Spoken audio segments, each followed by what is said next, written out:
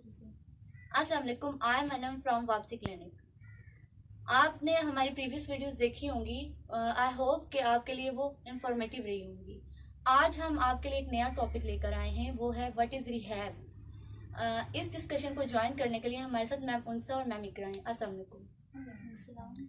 Ma'am इकरा, हम आपसे जानना चाहेंगे कि व्हाट इज़ रिहैब। मैम, अगर हम रिहैब के बारे में बेसिकली देखेंगे इसका मतलब क्या होता है, तो it is something to restore.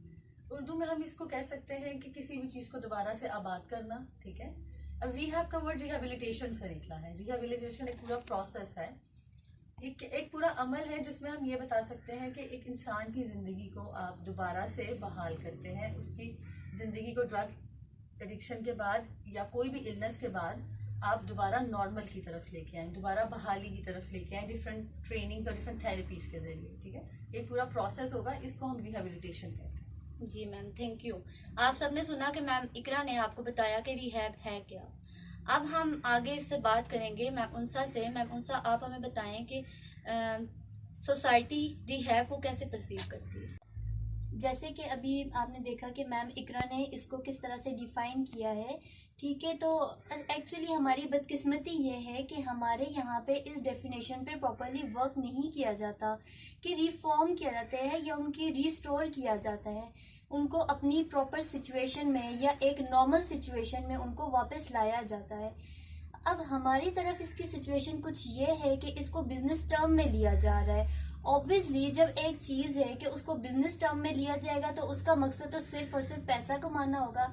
अब देखिए, पेशेंट तो पेशेंट होता है, चाहे वो फिजिकल डिजीज़ का हो या साइकोलॉजिकल डिजीज़ या किसी भी तरह का हो। तो यहाँ पे ट्रीटमेंट के बजाय डिप्रेशन आ जाते हैं। अब हम भी एक रिहैब में काम कर रहे हैं, यहाँ पे हमारा काम होता है, फैमिली काउंसलिंग होती है या फैमिली सेशंस होते हैं।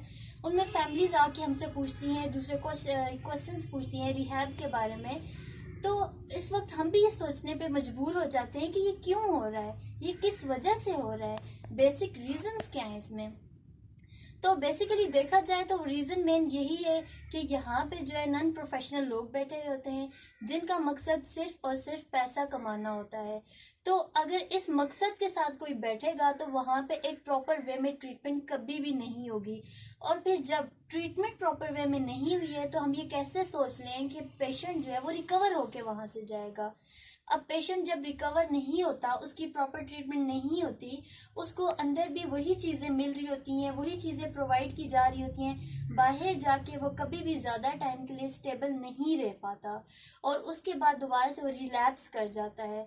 अब यहाँ पे एक न्यू सिचुएशन बन जाती है। जब वो रिलैप्स कर जाता है तो एक नई रीज़न लोग देने लग जाते हैं कि एडिक्शन का जो पेशेंट होता है वो कभी भी रिकवर नहीं हो सकता। हालांकि इसमें उसकी गलती नहीं होती, बल्कि इसमें यही है कि वो वहाँ पे उसको माल ट्रीटेड किया जाता है। ये भी एक जो है वो रॉन्ग व्यू, एक टैबू बन चुका है हमारी सोसाइटी में कि इसको जो है वो माल ट्रीटेड किया जाता है, क्योंकि अक्सर फैमिलीज आती हैं वो इस तरह की कंप्लेन करती हैं। तो आपका जैसे कि क्वेश्चन था कि सोसाइटी इसको कैसे परसीव करती है, तो इसको नेगेटिवली परसीव किया जाता है क्योंकि उन्हें प्रॉपर इन्फॉर्मेशन नहीं दी जा रही होती, प्रॉपर गाइडलाइन नहीं मिल रही होती। लेकिन ये कुछ एक्सेप्शनल केसेस हैं, सारे ऐसे नहीं होते, बल्कि कुछ ऐसे भी रिहैब हैं जो कि प्रॉपरली वर्कआउट कर रहे हैं। जी थैंक यू मैम, आपने बताया, इंफॉर्मेशन दी, थैंक यू उसके लिए। अब मेरा नेक्स्ट क्वेश्चन आप दोनों से है। मैं ये पूछना चाहूँगी कि इस सारी सिचुएशन को पॉजिटिवली रिप्रेजेंट करने के लिए रिहैब का क्या जी काम बिल्कुल, है। देखिए आपका क्वेश्चन ठीक है कि इसको पॉजिटिवली कैसे रिप्रेजेंट करेंगे हम। देखिए, एक रिहैब जो प्रॉपर वे में वर्कआउट करता है वो एक बायो साइको सोशल वे में उसका काम होता है, लाइक बायोलॉजिकली या साइकोलॉजिकली या सोशली। तो बायोलॉजिकली सबसे जो ये फर्स्ट स्टेप है इसमें, बायोलॉजिकली कैसे कि सबसे पहले डिटॉक्सिफिकेशन की जाती है, डिटॉक्सिफाई किया जाता है। इसमें जो हमारे सामने आता है वो विड्रॉल आता है। अब जो विड्रॉल है ये डिपेंड करता है ड्रग पे, डिपेंड करेगा उसकी फ्रिक्वेंसी पे, डिपेंड करेगा कि कौन सी ड्रग है, कितनी अमाउंट में ली गई है। हर ड्रग का अपना वो विड्रॉल, वो सिम्टम्स होते हैं, वो स्वेयर भी हो सकते हैं, वो कम भी हो सकते हैं, ये उन चीज़ों पे डिपेंड करता है।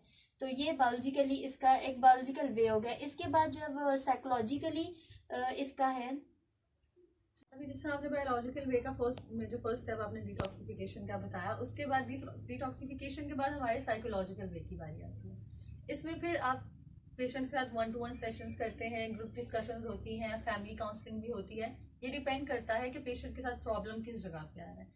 अगर किसी ने ड्रग यूज़ करनी स्टार्ट की है तो उसके पीछे जो है मेन रीजंस क्या हैं, हम उन चीज़ों के ऊपर फोकस करते हैं और फिर उनको ट्रीट किया जाता है। अगर कोई ऐसे इश्यूज फैमिली की वजह से आ रहे हैं, फैमिली रिलेशंस की वजह से आ रहे हैं, तो हम लोग फैमिली काउंसलिंग्स प्रोवाइड करते हैं।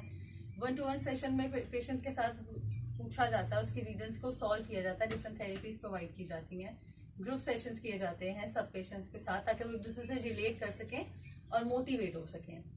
उसके बाद जब ये चीज़ बेहतर होती है तो फिर हम उसको उनके सोशल वे पे भी काम करते हैं, जो थर्ड स्टेप आ जाता है। सोशल वे में हम सोशली इंटीग्रेट करते हैं पेशेंट को, कि अब यहाँ से जाने के बाद उनकी सोशल लाइफ कैसी होगी, उनकी सोशल स्किल्स को इम्प्रूव किया जाता है, उनको इनकरेज किया जाता है, उनकी इंटरपर्सनल और इंट्रापर्सनल स्किल्स के ऊपर काम किया जाता है, ताकि यहाँ से जाने के बाद अब वो रिलैप्स कैसे नहीं करेंगे और उस चीज़ में वो किन किन चीज़ों के ऊपर काम करेंगे, बाहर किस तरीके से अपनी रूटीन लाइफ को सेट करेंगे और दोबारा से वो ड्रग्स की तरफ अट्रैक्ट नहीं होंगे, किस किस्म की डिस्ट्रैक्शंस उनको प्रोवाइड की जाएंगी। इन सारी चीज़ों के ऊपर, इन तीनों स्टेप्स के ऊपर बेसिकली बायोलॉजिकल वे में और साइकोलॉजिकल वे में और सोशल वे में काम किया जाता है, और इसको हम लोग बायोसाइको सोशल मॉडल भी कहते हैं। Thank you ma'am Iqra, thank you ma'am Usha. I hope कि आप सबको पसंद आई होगी हमारी वीडियोस और आपके लिए इंफॉर्मेटिव भी रही होगी। अब मैं आपसे यही कहूँगी कि अगर आपको पसंद आई है तो लाइक करें, सब्सक्राइब करें और शेयर। Thank you.